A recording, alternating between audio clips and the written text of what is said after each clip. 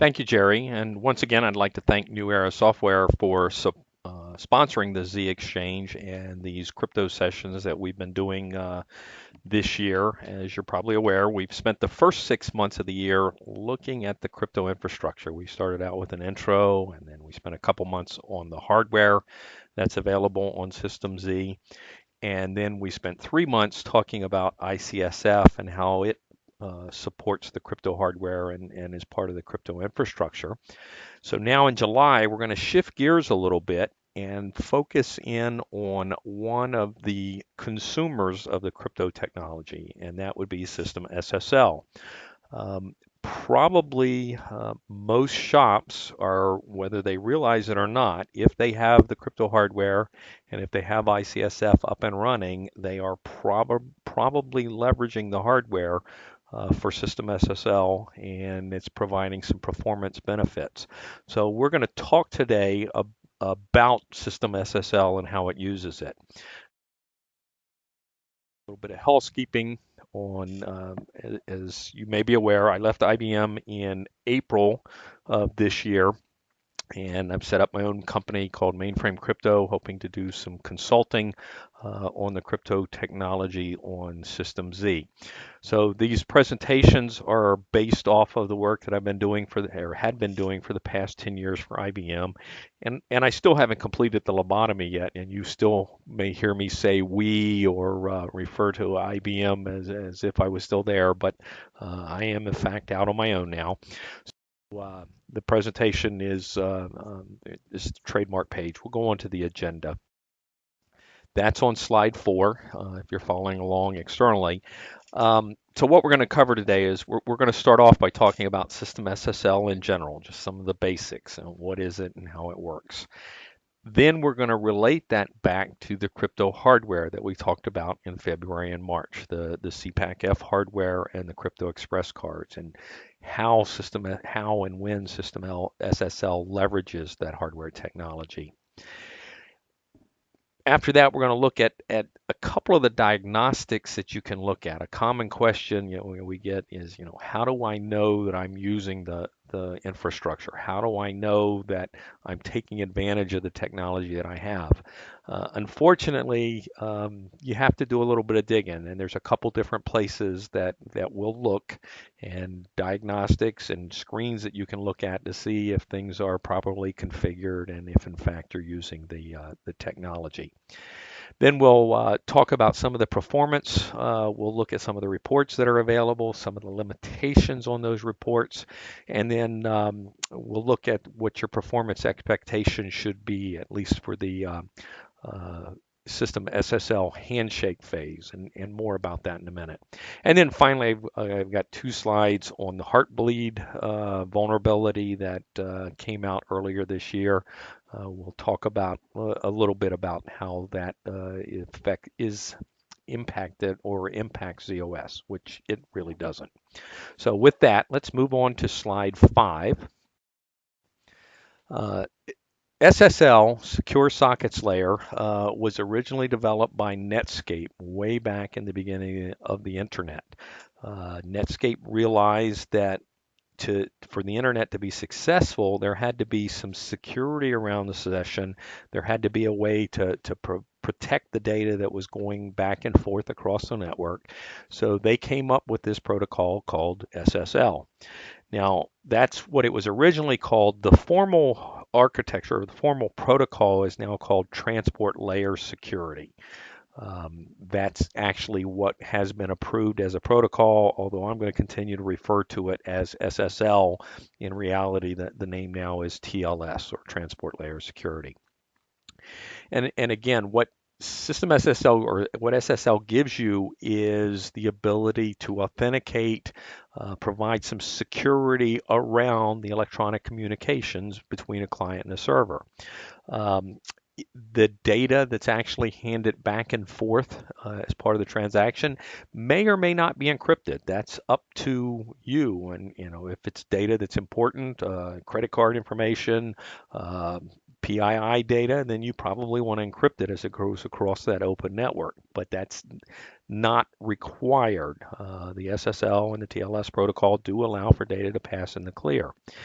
And additionally, the communication session may provide data integrity, and that's the idea that can the receiver of the data validate that they've actually received what the sender sent? Did the data get changed in transmission? So there's some integrity protocol or integrity that can be implemented as part of this session. Let's go to slide 6. Um, Before we get too deep into SSL, I want to point out that there's actually 2 implementations of SSL available in the z/OS environment. What we're going to spend most of our time today talking about is this thing called System SSL. It's a component of z/OS. It comes with z/OS. It's available with z/OS. It will leverage the crypto hardware, the crypto infrastructure that's available as appropriate. If the hardware's there, if ICSF is up and running, then System SSL will use that. And that's the primary implementation in the z/OS environment. Now, there's also a Java implementation available. So if you have Java workloads running in your z/OS environment, it may be using this Java implementation of SSL. And a little bit of history here, SSL was implemented on other non-z/OS platforms that were running Java. So there was a Java implementation running on these other platforms. Those implementations were ported to the z/OS environment. So, and this goes back a ways, and way back in those days, these other systems didn't have crypto hardware available. So the Java implementation, based on what provider was specified in the Java environment, there was probably software that was actually implementing the crypto technology on these other platforms. And when it got ported to z/OS, this software only implementation got ported to z/OS as well. So in the early days, things like WebSphere that are running Java, they would have brought the Java environment over and not leveraged the crypto hardware, the ICSF that was available on z/OS. Now, over the years, as the web spheres have been updated, as the Javas have been updated, there have been providers developed. And in most cases today, if you install WebSphere, you will get a version of Java that can access a hardware crypto provider and can leverage the crypto hardware. But how much depends on how much work those developers have done to take advantage of it. So if you're running a product like WebSphere, and when you order WebSphere, you get Java bundled with the product. So you're going to be running the version of Java that comes with the WebSphere product at whatever time you order it. So you're going to be subject to the limitations of what's available in that Java and with those providers. And so it may or may not take advantage of the crypto hardware. As new technology comes out, as new hardware provides, stronger encryption methods, it may take a while for the Java environment to get updated to take advantage of those. So that Java implementation will lag somewhat the System SSL implementation of using the crypto hardware. So that said, again, we're going to spend most of our time, pretty much all the rest of the time today, talking about this System SSL component. Just be aware that there is a Java implementation. And if you're looking at debugging something like WebSphere use of System SSL or of SSL, you have to look at the Java implementation, not the System SSL implementation. So let's go to slide 7. So as I said before, System SSL comes with z/OS. It's a component of z/OS. However, just like the hardware technology is subject to export restrictions, the U.S. government does not allow crypto technology to be exported to certain countries that are on the embargo list that are considered enemies of the United States. So just like if you order a zEC12 and your address is North Korea, we'll ship you the EC12, but we will not ship you the microcode that enables the crypto technology. This um, System SSL component, similarly, you must order it separately, and if your address is North Korea, IBM cannot ship you this software. So you have to be in the United States or one of the non-embargo countries to install it. And what this technology does is it provides an implementation of System SSL that includes the ability to leverage the crypto hardware. So as we go through the discussion today, you're going to see that System SSL has software routines that will go out and query the environment, decide whether crypto hardware is available, decide whether ICSF is up and running, and if both are true, then it will leverage that hardware. If the Crypto Express cards are installed, but ICSF is not up and running, System SSL will realize, well, I can't access those Crypto Express cards. And in many cases, it will provide software routines to do the same functionality. So for example, if you want to do RSA 4096-bit encryption as part of SSL, ICSF is going to look, see if the hardware is available. If so, if you got hardware that supports 4096-bit encryption, there are software routines that will invoke the ICSF APIs and drive the work to the hardware. If that technology is not available, System SSL has its own routines that it will invoke, and it will do RSA 4096-bit encryption. Now, you may not be real happy with the performance because that's going to be using move characters and shift logicals and multiply instructions to implement these rather complex algorithms, but the work will get done. Similarly, we'll see that when you want to do triple DES and AES encryption, System SSL is going to rely on the CPAC-F hardware. If the hardware is not available for AES, System SSL will ask ICSF to do that work for it. DES encryption, on the other hand, DES and triple DES, if you don't have the CPAC-F hardware enabled, System SSL does not have any way to do that. It's kind of a given that you've at least got the CPAC-F hardware that provides the DES encryption support. But we'll get into a lot more detail about that in a minute. Let's go to slide 8. At a very high level, the System SSL flow is you've got a client and a server that need to communicate. The client is probably going to ask the server for some information. So it's going to initiate the request. It's going to tap the server on the shoulder and say, hey, I need this file, or I need this data, or I need to start this TN3270 session. So it's going to open the session and ask for some specific data from the server. Usually you're coming in through a browser, but not necessarily. There can be other products implemented on the client that drive the SSL session. The server, on the other hand, is going to respond to the client's request. Now, it controls the security around the data that needs to be sent. So if the client is asking for a customer file to be shipped from the host, the server is going to say, well, who are you and are you authorized to get this data? So it's going to protect the data, provide the security around the data that's associated with the server environment.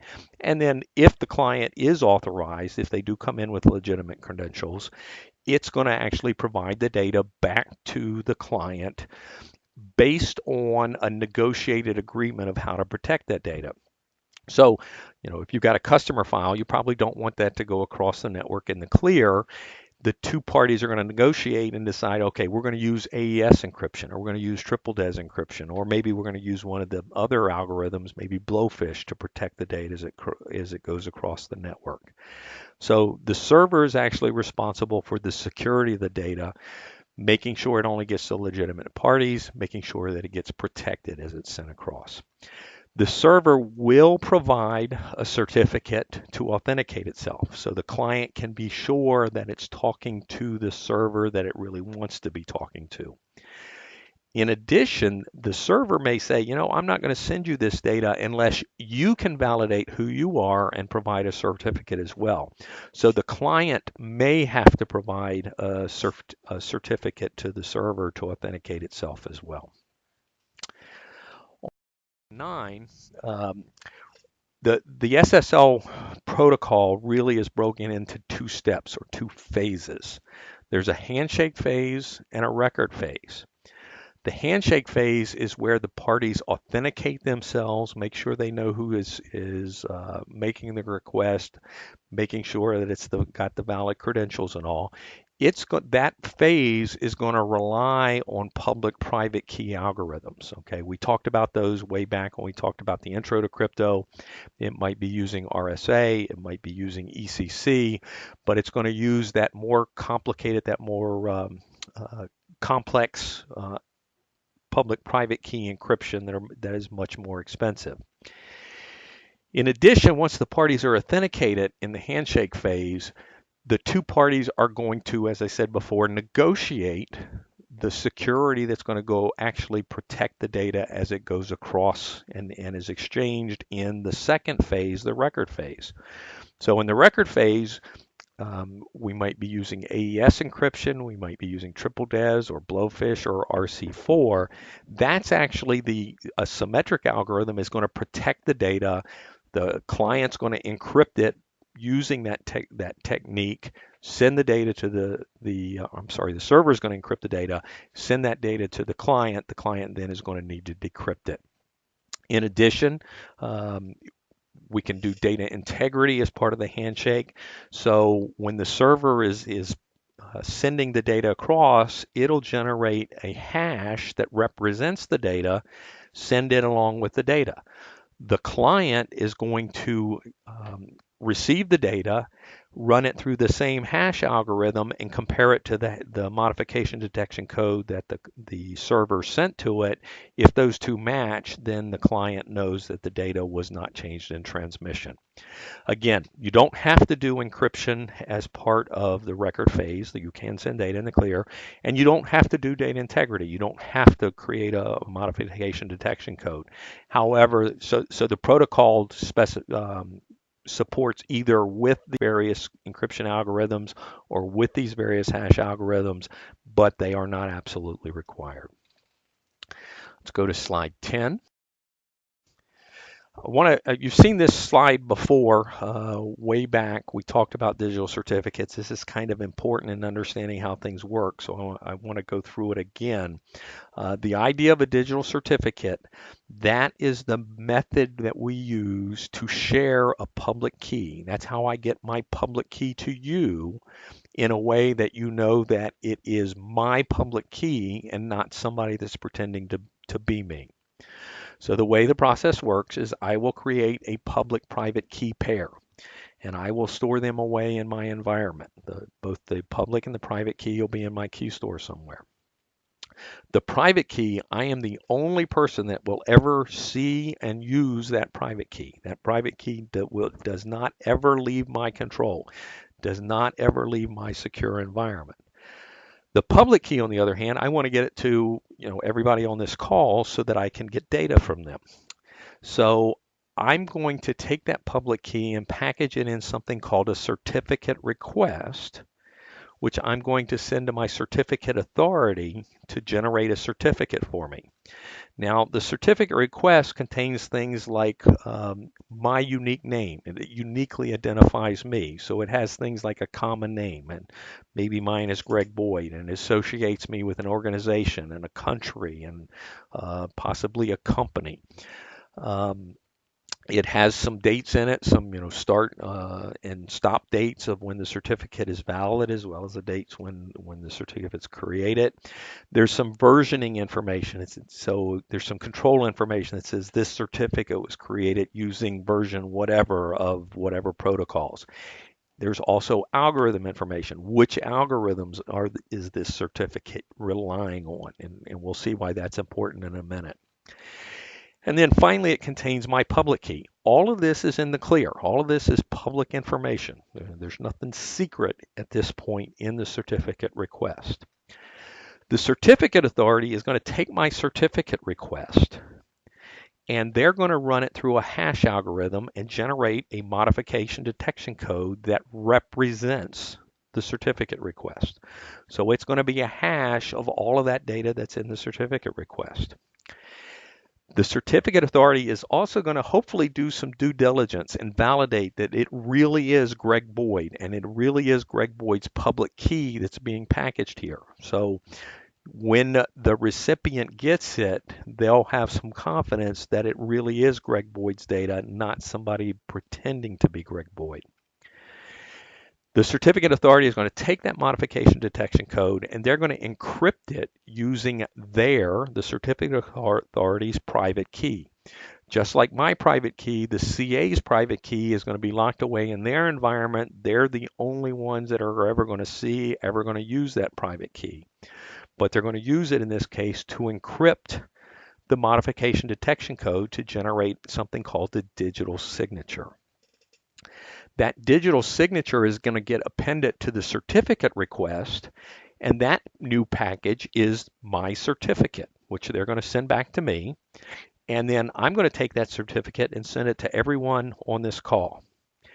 When you get the certificate, what you're going to do is you're going to take that original certificate request, the subject name up through the subject public key, you're going to run it through the same hash algorithm that the certificate authority ran it through and generate a modification detection code that represents the certificate request part of the certificate. Then you're going to take the digital signature out of the certificate and you're going to decrypt it using the CA's public key. Now, if those two values match, you know that you have the certificate that came from Greg Boyd and you have Greg Boyd's public key. And now you can encrypt data using my public key and send it to me, and I'm the only one that can decrypt it using my corresponding private key. Now, the CA's public key, have you ever looked, do you know where that CA's public key is stored? It's distributed very, very widely. If you've ever looked at your browser, whether you're using Internet Explorer or Firefox or whatever, you can go into your Internet options and look at all of the public keys that are shipped with that product. So if you're using a browser to access the environment, the certificate authority's public key is packaged with the browser.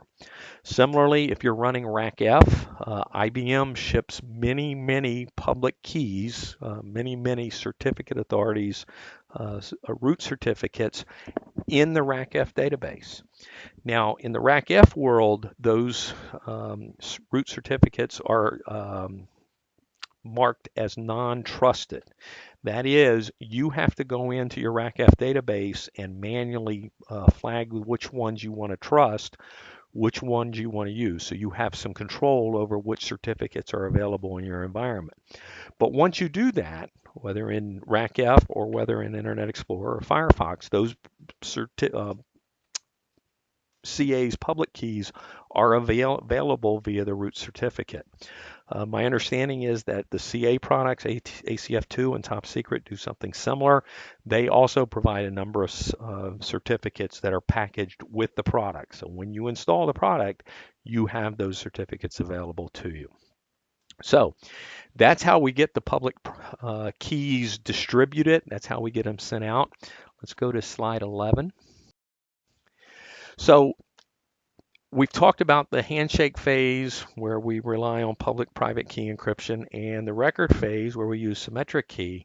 So we're relying on both technologies, both asymmetric algorithms and symmetric algorithms. With asymmetric, we're getting the stronger encryption, but we're avoiding by only encrypting small amounts of data like other keys and using digital signatures. There's not a significant performance impact because we're only encrypting small pieces of data using the asymmetric algorithm. On the other hand, the record phase, where the data, lots of data may be being sent back and forth, that's going to rely on the symmetric algorithms, which provide much better performance, but we've avoided the key distribution problem. We don't have to distribute or pre-distribute symmetric keys to each party. Those can be built into that handshake, that negotiation phase of the SSL communication session. So we're relying on the strength of asymmetric and the performance benefits of symmetric to implement the SSL technology and provide the security with reasonable performance. Let's go to slide 12. With slide 12, we're going to shift gears now and kind of apply that to the hardware that's available, the crypto hardware that's available on System Z. So in the handshake phase, that's where we're relying on public-private key encryption. And if you remember back to the hardware discussions in February and March, public-private key encryption is done on the Crypto Express cards. So SSL will query the environment, look to see if you have Crypto Express cards, whether they be coprocessors or accelerators. That's where that work gets done. If you have those cards, and if ICSF is up and running so you can send work to those cards, then System SSL will invoke the appropriate APIs from ICSF and let the hardware do the work for you. So if you're doing RSA encryption up to 4096-bit keys, that's going to get routed to the Crypto Express cards.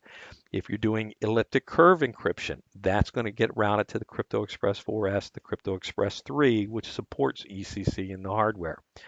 If you've got some of the older technology, the Crypto Express 2s or the PCI XCCs, there may be some limitations there in terms of key links supported. The Crypto Express 2 only supported 2048-bit RSA keys, and it did not support ECC. So if you have Crypto Express 2s, the RSA keys up to 2048 will get routed to the cards, but our System SSL will realize if you're using a 4096-bit key, we can't send that work out. We'll have software routines that will do that work for you within the SSL or the ICSF environment. Again, the performance may not be as good, but the work will still get done. On slide 13, in terms of the record phase, if you negotiate to use triple DES or AES encryption, that's the encryption technology that's implemented on the CPAC-F hardware, that work will get routed to the CPAC-F hardware. Now, obviously, if you use RC4 or Blowfish, that's not supported in hardware. System SSL has its own software routines that will implement those algorithms. So if you negotiate to use Blowfish, you're going to use software routines to do the work. The work will get done. It may just not be as good a performance as you would like. If you're using TDES and AES, there are some dependencies on the hardware. Hopefully everybody's on at least Z10s or later, and those support both triple DES and the full span of AES encryption, 128, 192, and 256. It also supports SHA-1 and the full SHA-2 suite. So as long as you're running on that hardware, System SSL will take advantage of the CPAC-F hardware. And if you're running on a later version of ZOS, then System SSL will directly invoke those assembler instructions that are on the CPAC-F hardware to get the triple DES, AES, and SHA encryption done. That is, there's no ICSF overhead. You don't call the APIs in the latest versions of ZOS. Some of the older versions of ZOS that came out maybe before AES 256 or before SHA 512 support, if you're running in that older environment, then that version of ZOS may invoke the ICSF APIs to get the work done. And if you're running on really old hardware, say like a Z890 or 990, which did not support AES encryption, then System SSL will figure that out and it will invoke ICSF APIs to get the work done in software as opposed to routing it to the hardware. But it's important to realize the record phase can only be performed on the CPAC-F hardware if it's available, and the handshake phase, the public-private key encryption, can only be done on the Crypto Express cards if they're available. Otherwise, you're going to fall back to using software routines and suffer some performance impact of doing the work in software routines. Let's go to slide 14. Excuse me. This slide kind of summarizes what we just talked about. So for example, up in that first dark blue block, if you're doing asymmetric encryption, whether it's if you're generating signatures using either RSA or ECC. That's only supported on the coprocessor. So you've got to have the CPAC-F hardware because that's kind of a prereq for everything else, but you also have to have a coprocessor to be able to do that. If you're doing signature verification or if you're encrypting and decrypting as part of the handshake, that is supported on the Crypto Express coprocessor or accelerator. If they're available, that work will get routed there. If that hardware is not available, if you've only got a CPAC-F or if you've only got software, then those operations are going to be done in software. Similarly, when you get to the record phase, when you're doing triple DES or AES, that work is going to get routed to the CPAC-F hardware if it's available. If it's not, AES encryption is available from ICSF. Triple DES, you've got to have, or DES and triple DES, you've got to have the CPAC-F hardware to be able to do that. And then similarly, hashing. If you're doing SHA-1, and that chart should probably say SHA-256 or SHA-512 as well, that's going to get routed to the CPAC-F hardware. MD5 is not supported in the hardware, so if you negotiate to use MD5 encryption, that's always going to be done in software. Let's go to slide 15. I want to talk a little bit about FIPS mode. FIPS mode says if you want to run in FIPS mode, what you're saying is I am not going to allow certain weak keys or weak algorithms to be used. So if you want to run in FIPS mode, you can't support single DES, which uses 56-bit encryption or 56-bit keys. You cannot use RSA keys that are 512 bits long because that's considered weak at this point. Those can be broken given the speed of technology today. So if you want to run FIPS mode, you have to be running certain key links, certain algorithms. ICSF and System SSL have the capability to run in FIPS mode where they will only use algorithms and appropriate hardware that has been certified as FIPS compliant. Now, System SSL, starting with ZOS 111 up through ZOS 113, has achieved FIPS compliance. The announcement letter for ZOS 2.1 says that System SSL associated with ZOS 2.1 will be submitted for FIPS certification. And I know that the process was started before I left IBM in April, but I've not seen any announcement yet that it has achieved FIPS compliance. Now, the first comment I'll make is that that achieving certification is not something that happens quickly. There's lots of evaluation and testing that has to be done. So my presumption is that ZOS 2.1 is still in process, and at some point in the not too distant future, there will probably be a certification or ZOS 2.1 System SSL will achieve FIPS certification. Now, FIPS on demand is a new capability within HCR 77 Able 0, the version of ICSF, the FMED HCR 77 Able 0. And what went on with that version of ICSF is ICSF will now do some setup when ICSF starts. It will go out and look at the environment, run something called known answer test, which are required as part of FIPS certification.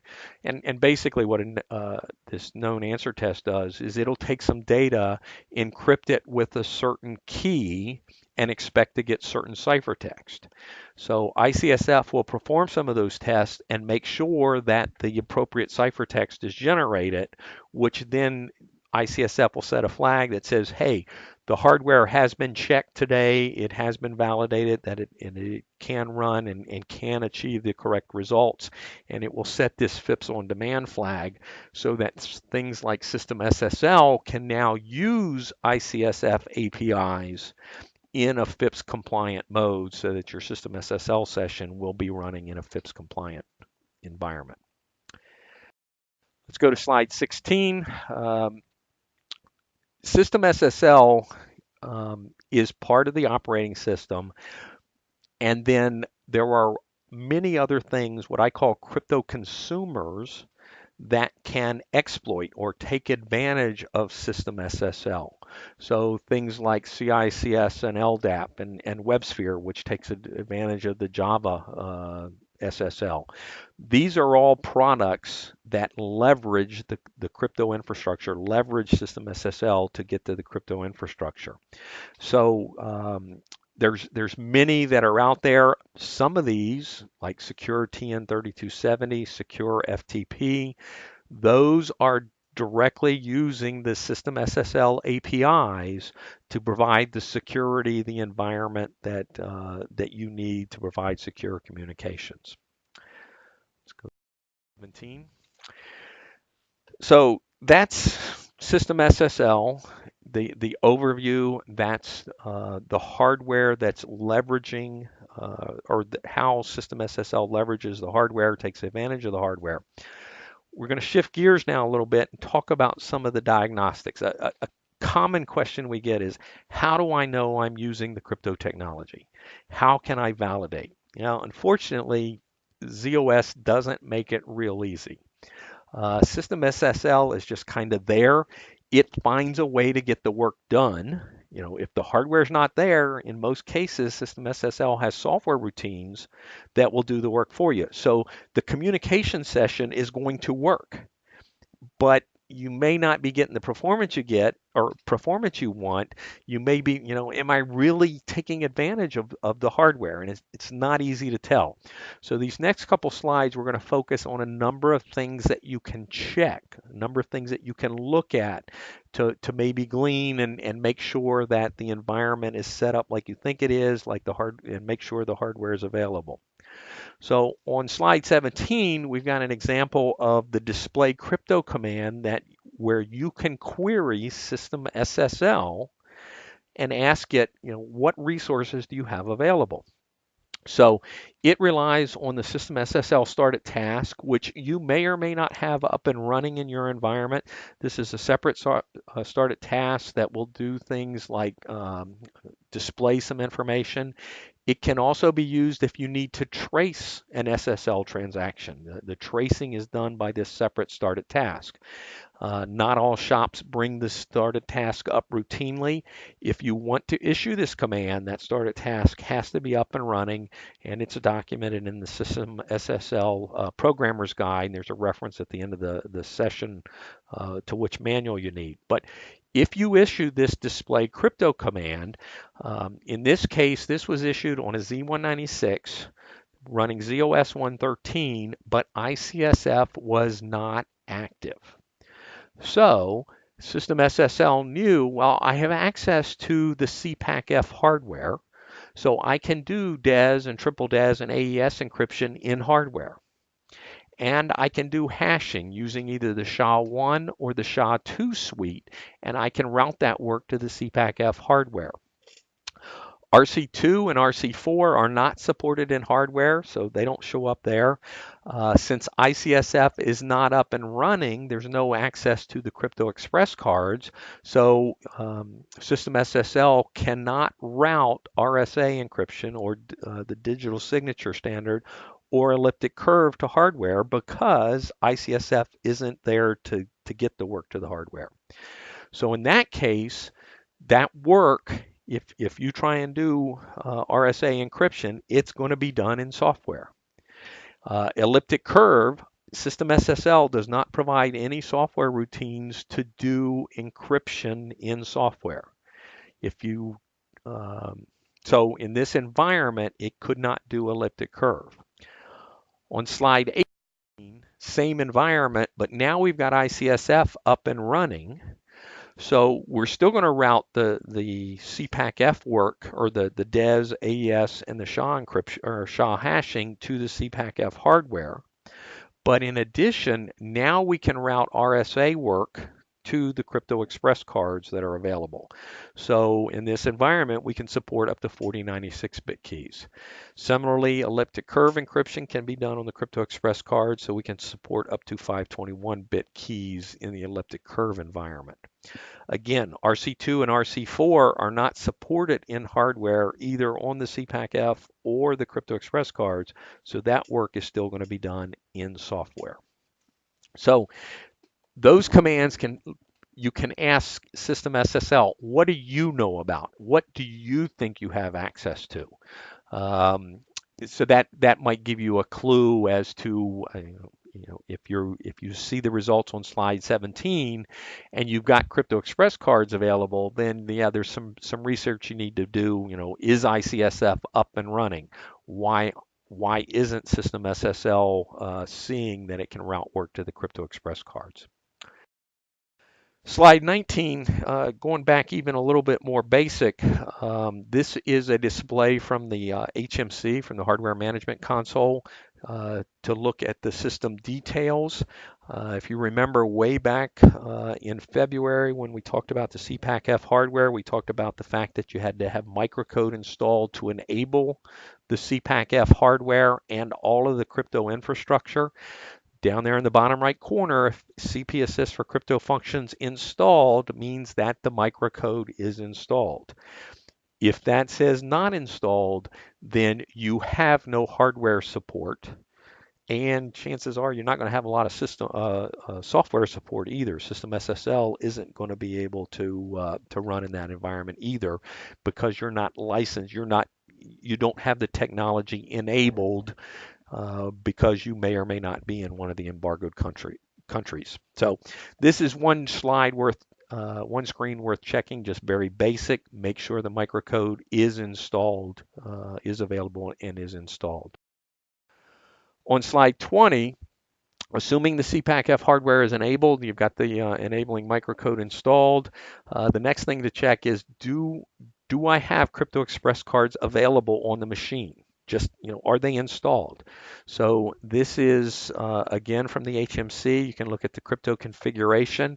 And sure enough, there are Crypto Express cards in slot 0, 4, 6, and 7. And the fact that you see a serial number in there says, and the fact that the status is configured, this Z box recognizes that there are Crypto Express cards installed and available. So if you're expecting that, you need to see that they're configured on this slide. But that's not sufficient in and of itself. Just because the cards are installed doesn't mean they're available to the LPAR. So we have to go to slide 21, where this is looking at the LPAR configuration, and this particular LPAR, TOSP1, does have crypto cards defined in the online list. So going back to this previous screen, slot 6 and 7 had crypto cards installed, and those cards have been assigned to this LPAR. So TOSP1 does have access to them. So if you're investigating TOSP1, you should have access to the cards. The next slide, slide 2, is similar. That's a summary. Notice on the right, we were looking at TOSP1 before, but now we're looking at the top tab, which is summary, which is just kind of a cross-reference of the whole environment. And again, looking on the left, we see TOSP1 has cards available in slots 6 and 7, and TOSP1 is assigned usage domain 1 and usage domain 14. So once again, we can tell from these two slides that the cards are available to a specific LPAR. So that's goodness. That means the cards can be used. Then we have to go look at ICSF and make sure that it's using the cards. Where we get to the next slide, 23, this is the coprocessor management panel from the ISPF panels. So we can go in and look at what ICSF sees in terms of cards being assigned. This is from an older machine, probably a Z10 or maybe Z196. There are 4 coprocessors assigned, G01, G02, G03, and E05, and 1 accelerator defined, H07. Now, 4 of those cards are active, and active is good. That means ICSF sees the cards and the master keys are loaded correctly. That will make the card active. That means ICSF can route work to the cards. Now, notice G01 there that shows up as just online. Online says, well, the hardware sees the card, but ICSF can't use it for some reason. And in this case, it can't use it because the appropriate master keys are not loaded. The AES, DES, and RSA master keys have a status of U, which is uninitialized, which says there were never master keys loaded here. The ECC master key, on the other hand, shows up as C, which is correct, which says there is a master key loaded, but it doesn't match what's in the key store. So for whatever reason, there's a master key loaded, but it's not consistent with the key store. So in this case, G01 is online, but it cannot be used. The ICSF will not route any work to that Crypto Express card. You would have to fix those master keys before you could use this card. So 24. So those were screens that you could look at to look at the environment, try and figure out if things were configured and installed correctly or not. This slide is a copy of the RMF Crypto Hardware Activity Report. Now, the first point I need to make is this report was pulled from one of the red books. It is not specific to System SSL. It's not trying to demonstrate anything unique to System SSL. This is just a sample of the Crypto Hardware Activity Report. It's broken up into three sections. You've got the crypto coprocessor section at the top, then the accelerator section in the middle, and the ICSF services section at the bottom. So let's talk about the accelerator first. This is actually a very nice report. It tells you what crypto accelerators are available. There's a Crypto Express 2 configured as an accelerator. There's a Crypto Express 3 configured as an accelerator. They're in slot 3 and 5 respectively.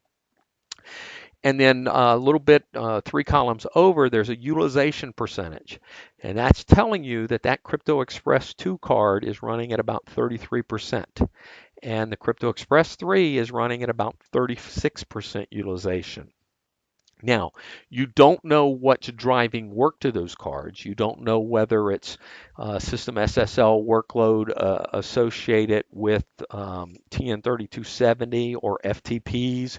It's just telling you that card is 33% busy and the Crypto Express 3 is 36% busy. It does give you a breakdown of key lengths, so there's some level of work with 1024-bit keys. There is no work with 2048 or 4096-bit keys in this environment. But at least it does give you some kind of an idea of the workload or the key lengths that are being used. So that's good information. The later versions will also have some data about elliptic curve as well, I believe. Up at the top, the coprocessor section similarly shows you that there's 4 coprocessors configured. 3 that are Crypto Express 2 coprocessors, 1 Crypto Express 3. Those are in slot 0, 1, 2, and 4 respectively. And the card in slot 1 is being used about 64%. The card in slot 4 is being used about 48%, 49%. Now, we can't tell what kind of workload that is. If you remember, the coprocessor can do symmetric secure key encryption, so it can be doing triple DES and AES secure key encryption. It can be doing key generations. It can be doing RSA operations, just like those that are reflected in the cryptographic accelerator section. That same workload could run on a coprocessor, but this coprocessor section doesn't provide that kind of detail. All we know is the 2 cards are running 64% and 49%.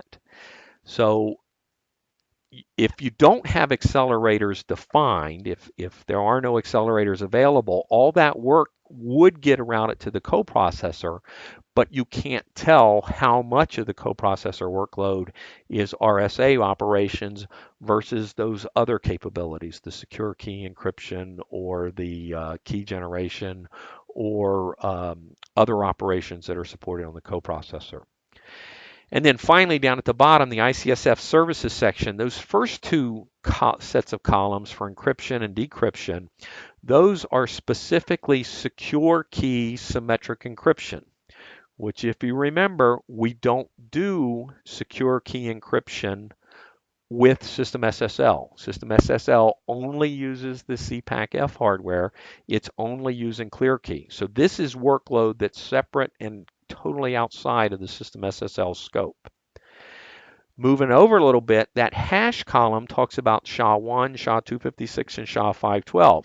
That could be work that's related to System SSL, the hashing that System SSL is doing to validate whether the messages are being, the integrity of the messages, but it could also be other SHA work that's going on in the environment. So there's really not a lot of detail in this last section that you can relate back to System SSL workload.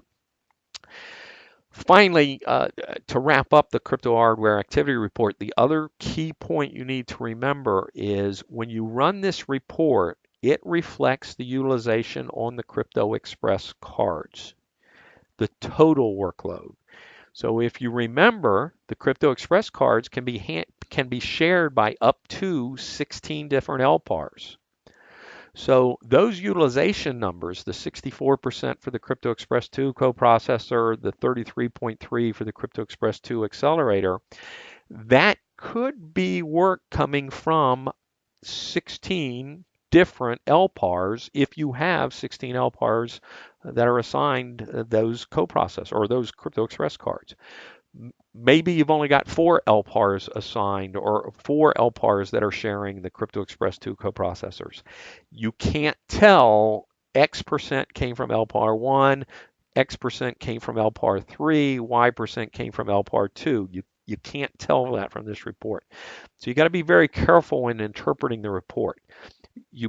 If you've got accelerators defined, you probably want to see some utilization numbers there to indicate that the cards are being used. And if they're being used, then chances are System SSL is using it. But it's very hard to relate specific workloads back to specific cards using the crypto hardware activity report. So it's helpful. Just be careful how you interpret this report. So with that, I want to turn and talk a little bit about performance in general on slide 25. This chart is taken from the Crypto Performance white paper down there in the bottom right corner. If you go to that website, there is a white paper available that talks about crypto performance, covers lots of things, including a section on SSL, System SSL. Looking at the table in the upper right, what this report is looking at is System SSL handshakes using only software or using coprocessors or accelerators. So line 2 in that chart is a configuration. You're running on a zEC12 with 4 CPs, but no Crypto Express cards. So all of the handshake work is being done in software. And in that environment with 4 CPs available, we were able to drive 1,378 SSL handshakes per second. Now, that almost 1,400 handshakes consumed 100% of those 4 CPs. So those CPs were totally consumed by this SSL workload, and we only got about 1,400 through. Now, the next line down, there were crypto coprocessors added into the environment and made available. So now System SSL and ICSF is up and running, so System SSL can route that same workload to the Crypto Express cards.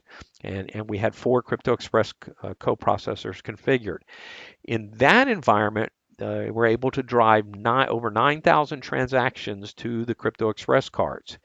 And the CPU utilization, now you're using ICSF to get the work over to the cards, so there's still some CP work that has to be done to move the crypto work to the cards, but the utilization on those CPs dropped to about 56%. The 9,000 transactions that we routed to the card consumed consumed just over 99% of those 4 engines. But the point here is that we're able to drive a lot more SSL workload through the system, dropping the CPU utilization almost in half and getting the work done on the coprocessors instead. On line 4, same workload, but now instead of being configured as coprocessors, those Crypto Express cards were configured as accelerators. The workload almost doubled to 17,493 transactions per second. Now, again, ICSF is still involved in taking the work from SSL, handing it over to the accelerators. Driving that many transactions still consumed almost 100% of the 4 CPs, but the utilization on the Crypto Express cards dropped to 87%, almost 88%. So configuring as accelerators, you can get a lot more work through the system. You're still going to consume some CP, but the work is going to get done on the accelerators, and the performance is going to be much, much better in this environment. Now, the other 2 lines in this chart, the last line, remember we talked about the fact that the client or the server must provide a certificate, and the server may require that the client provide a certificate. If you do, if the client must provide a certificate as well, there's some additional processing that must go on. So that last line is doing authentication of certificates on both the client and the server. So the throughput drops to a little bit more than 50% of what it was with just 4 accelerators.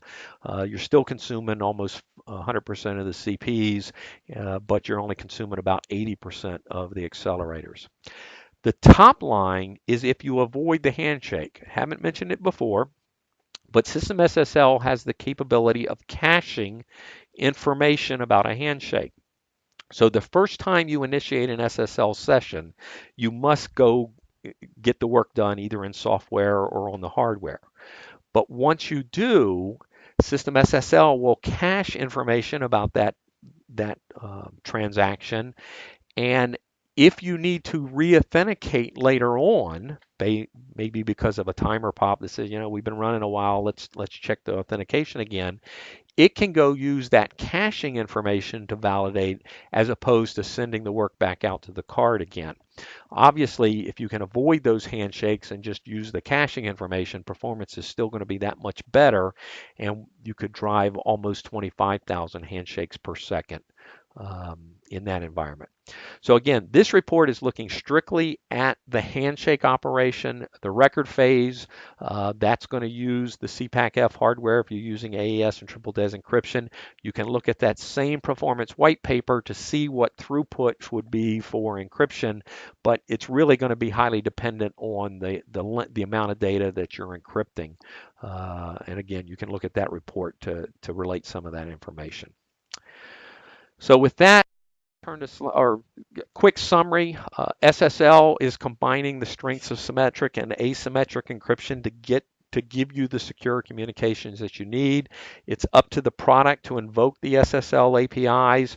Again, in most cases, you're going to be using that list of components that leverage the infrastructure. But it is important that you configure the environment to take advantage of your hardware. Don't use Blowfish or RC4 unless you absolutely have to, because if you use triple DES or AES, that work will get done on hardware and the performance will be much, much better. Where the workload gets executed depends on your environment. You've got to have the hardware available. You've got to have ICSF up and running in some cases. As long as that's in place, System SSL can leverage that crypto infrastructure to get your work done.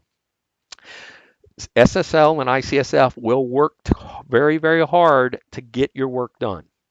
They're going to find a way to do it, whether it's in hardware or software. It's going to get the work done. Unfortunately, SSL and ICSF don't provide a lot of diagnostics and reporting information. It's a known problem. IBM is working on providing more information, but right now there's not a lot of performance data that's available to look at SSL workloads. I'm going to touch on Heartbleed very quickly. You probably have heard about the Heartbleed vulnerability that came out in April of this year.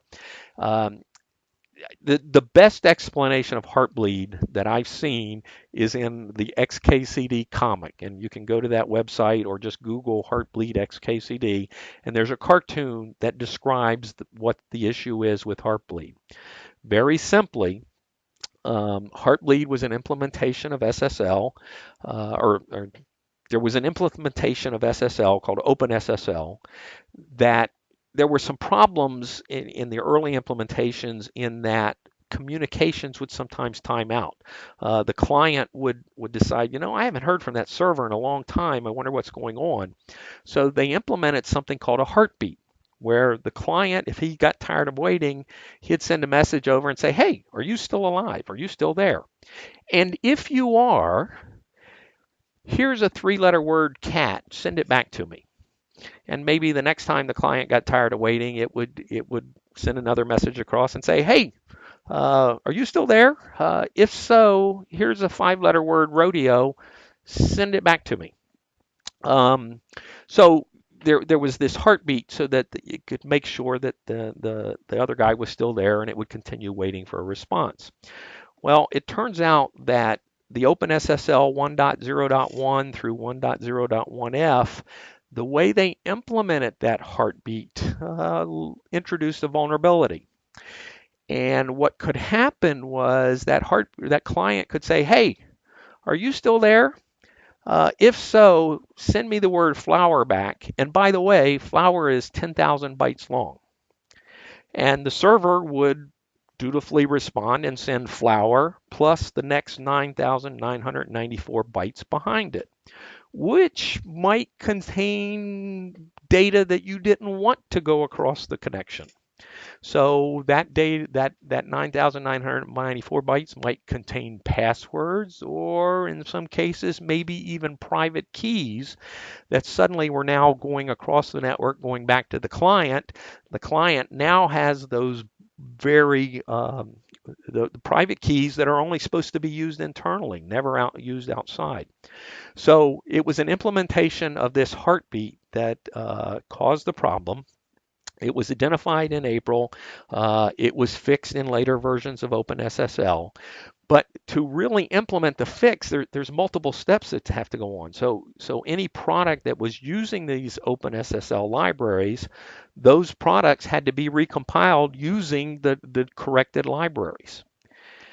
And if your private keys got exposed or your passwords got exposed while you were using the affected versions, you need to change those passwords and you need to change those private keys to make sure that you're using private keys that haven't been exposed at this point. So fixing the problem is not just a matter of rebuilding the environment. There's some other things that you have to go on, and that's why this vulnerability was so serious. On there's a number of sites that talk about or identify products that have the vulnerability. At the top there's the ZMap.io, Heartbleed, and then there's the Mashable.com. You can go out and look and see if some of the products that you're running were infected. System SSL, being an IBM proprietary implementation of the SSL protocol, does not use those open SSL libraries. It was not affected. Now, it could have other bugs in it, but it wasn't using those libraries that had the Heartbleed vulnerability packaged in as part of the libraries. Now, that said, IBM does have a website, the IBM Security Portal, where you can go out and look at vulnerabilities in general, whether they be Heartbleed or anything else. Now, you must be an IBM licensed customer to access the security portal. So since I'm no longer with IBM, I can't even get to it. Paul Robichaux from NewEra has been on a campaign to try and get IBM to open that up. Rightly or wrongly, they're sticking to their guns, and that information is only available to IBM customers today. If you don't have access, if you're an IBM customer, you can request access. You can go out to that website and request access. And I recommend that you have somebody in your organization that is checking that security portal on a regular basis to see if there are vulnerabilities that have been identified that you need to take care of in your site. So strong recommendation that even if you don't have access, make sure somebody in your organization has access to the security portal. So I've gone over by a couple minutes. There's some references there.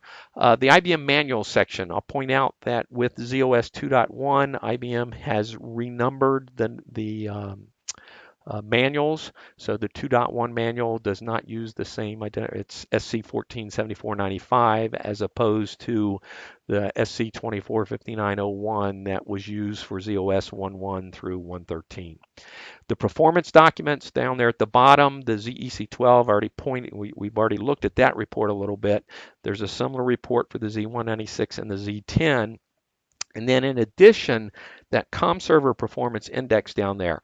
The ComServer group does reports on ComServer performance for every version of ZOS.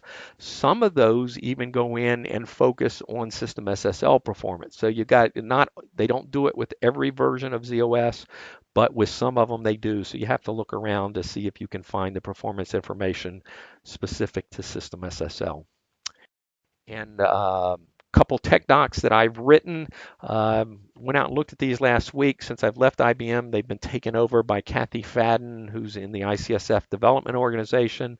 But those documents are still available if you want to understand a little bit of the hardware. And there's actually a bunch of them out there. These are just two that I would recommend that you take a look at. And with that, I'll turn things back over to Jerry and let him open the session up for questions. Thanks very much.